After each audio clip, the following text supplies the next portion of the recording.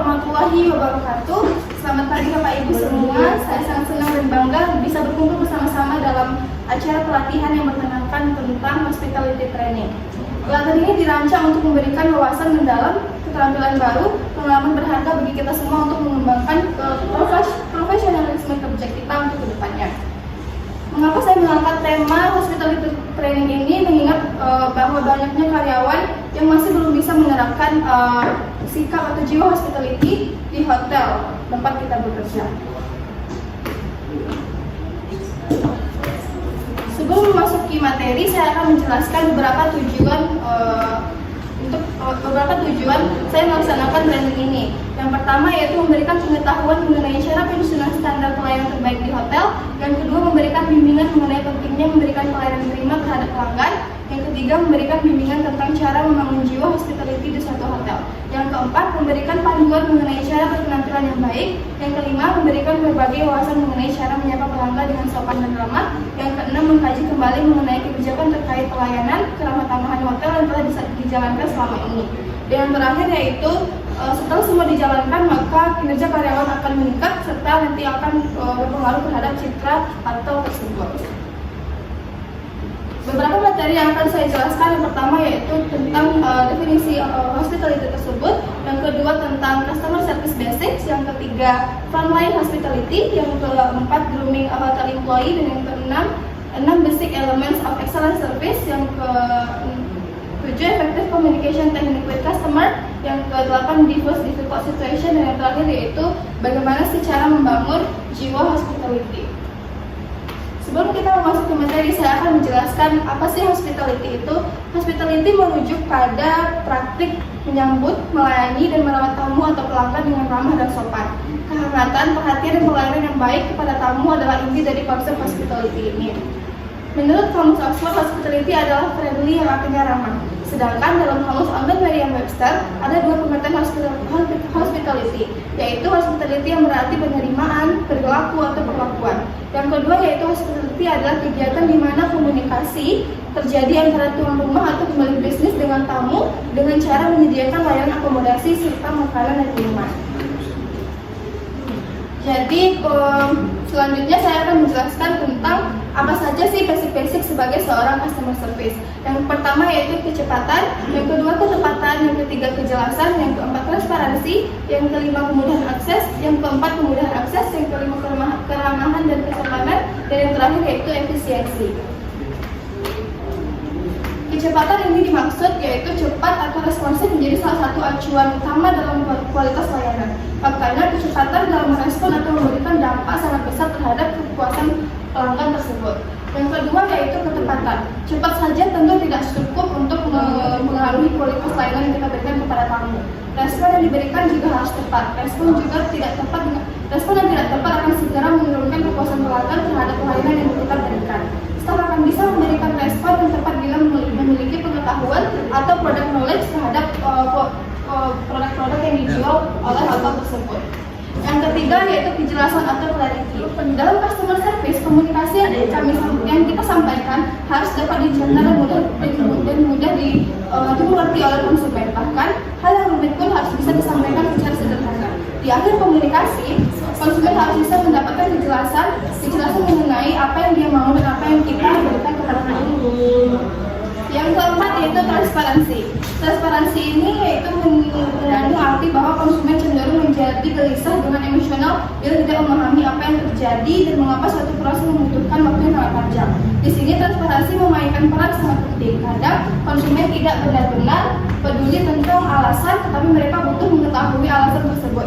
Dalam riset transparansi lebih baik dijelaskan langkah-langkah atau prosedur kita kepada tamu tersebut. Walau hal ini berarti secara kalkulasi konsumen menunggu lebih lama. Namun mengetahui bagaimana proses penyelesaian masalah terhadap layanan yang kita berikan itu merupakan poin penting untuk mempengaruhi kepuasan pelanggan.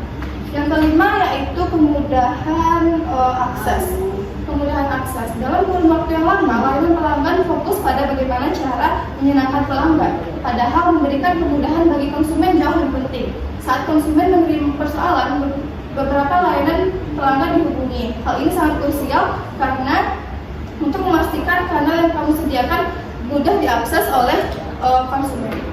Yang selanjutnya yaitu keramah tamahan atau kesopanan atau biasa disebut dengan friendliness atau politeness. Ini mengandung arti semua layanan didasarkan pada interaksi antar manusia, kecuali bila kamu memanfaatkan artificial intelligence. Kompleksitas dan nuansa interaksi dapat berdampak pada pengalaman konsumen.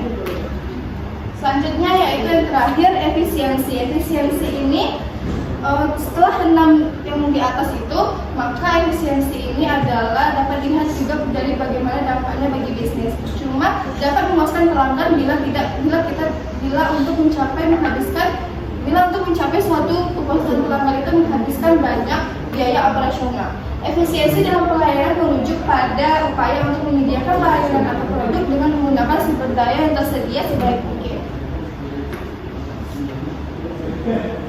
Materi selanjutnya yaitu frontline hospitality. Frontline hospitality melibatkan berbagai aspek yang berkontribusi untuk menciptakan pengalaman positif dan ramah bagi pelanggan. Berikut beberapa elemen yang harus dipunyai sebagai seorang hotelier. Yang pertama yaitu being friendly. Sikap ramah menciptakan suasana positif dan mudah didekati. Ini membantu dalam membuat pelanggan merasa diterima dan nyaman. Yang kedua yaitu smiling.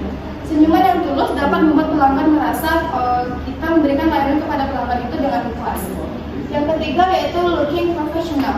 Penampilan profesional menambah kredibilitas dan membangun kepercayaan kita sehingga kita bisa memberikan layanan tersebut kepada pelanggan dengan percaya diri. Yang keempat yaitu being helpful. Bersikap proaktif dalam menawarkan bantuan dan memberikan solusi terhadap kebutuhan pelanggan akan meningkatkan pengalaman secara keseluruhan. Yang terakhir yaitu yang keenam yaitu avoiding distraction.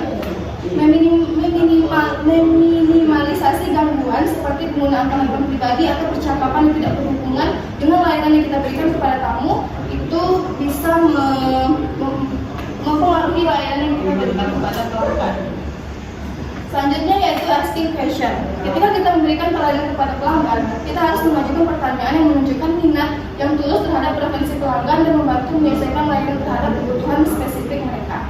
Selanjutnya yaitu solving problems.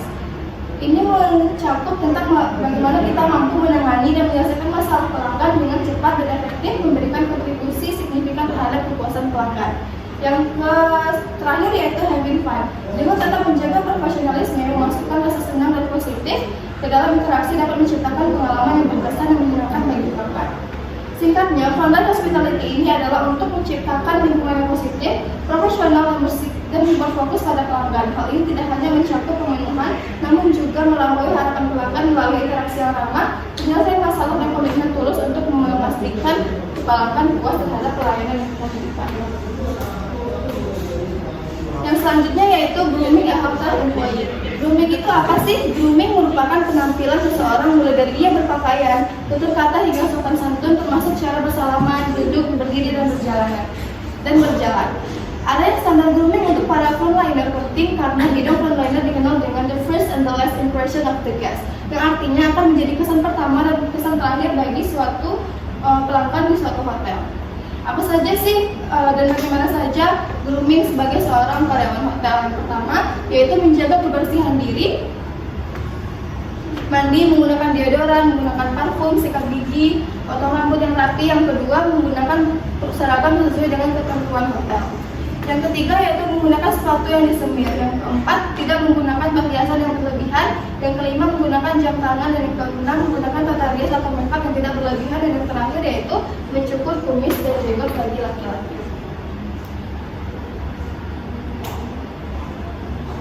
Yang selanjutnya saya akan menjelaskan 6 basic elements of excellent service. Yang pertama yaitu attitude atau sikap. Attitude adalah sikap saat menghadapi dan melayani konsumen. Potret perusahaan atau hotel diawali dari kesan yang ditorehkan oleh karyawan perusahaan tersebut, terutama mereka yang berdiri di frontliner atau siapapun yang berkebutuhan dengan pihak luar perusahaan atau tamu. Yang kedua yaitu ability atau kemampuan. Ability merupakan kemampuan kerja yang baik untuk menangani konsumen seperti komunikasi efektif. Di sini karyawan harus memiliki kemampuan dasar untuk melakukan program pelayanan prima seperti bagaimana melakukan komunikasi efektif, aktif, memiliki pengetahuan di bidang pekerjaan yang mereka jalani, memahami SOP dan mengetahui dan paham apa saja yang boleh dilakukan pada saat bekerja. Dan yang ketiga yaitu attention atau perhatian. Attention adalah bentuk kepedulian terhadap kebutuhan, pertanyaan hingga keluhan dari pelanggan. Attention atau atensi atau perhatian ini merupakan prinsip pelayanan prima berikutnya yang wajib dimiliki oleh semua karyawan hotel. Yang keempat yaitu penampilan atau appearance. Appearance adalah penampilan yang mencerminkan kualitas serta kredibilitas pelanggan pelayanan kepada konsumen. Penampilan karyawan baik secara fisik maupun non-fisik merefleksi kredibilitas perusahaan. Selanjutnya itu tanggung jawab atau accountability. Accountability merupakan bentuk tanggung jawab yang diberikan kepada konsumen guna mengatasi keluhan, ketidakpuasan pelanggan atau masalah yang lain yang ditimbulkan. Dan terakhir yaitu action atau tindakan. Action atau tindakan nyata saat melayani konsumen. Penekanannya pada bagaimana kita memberikan atensi kita terhadap kebutuhan dan keinginan pelanggan kita. Kemudian atensi ini harusnya dilanjutkan dengan action atau tindakan yang menjadi kebutuhan dari pelanggan atau tamu tersebut. Hal yang perlu dilakukan pada tahap action ini adalah melakukan tindakan nyata yang memastikan apa yang menjadi kebutuhan keinginan atau pelanggan atau tamu kita. Yang materi kelima yaitu bagaimana secara membangun komunikasi atau teknik membangun komunikasi dengan tamu. Yang pertama yaitu memberikan kesan baik pada pelanggan. Kesan pertama merupakan suatu hal yang pertama kali diperhatikan oleh pelanggan. Kenapa? Kesan ini pasti diperhatikan dengan senyuman yang tulus, pakaian yang sopan, jabat tangan yang hangat, ketepatan waktu yang kita berikan, masa tutur yang kita berikan, jujur dan berbicara secara struktur. Yang kedua yaitu menyamar senyuman dan menjalin komunikasi dengan ramah.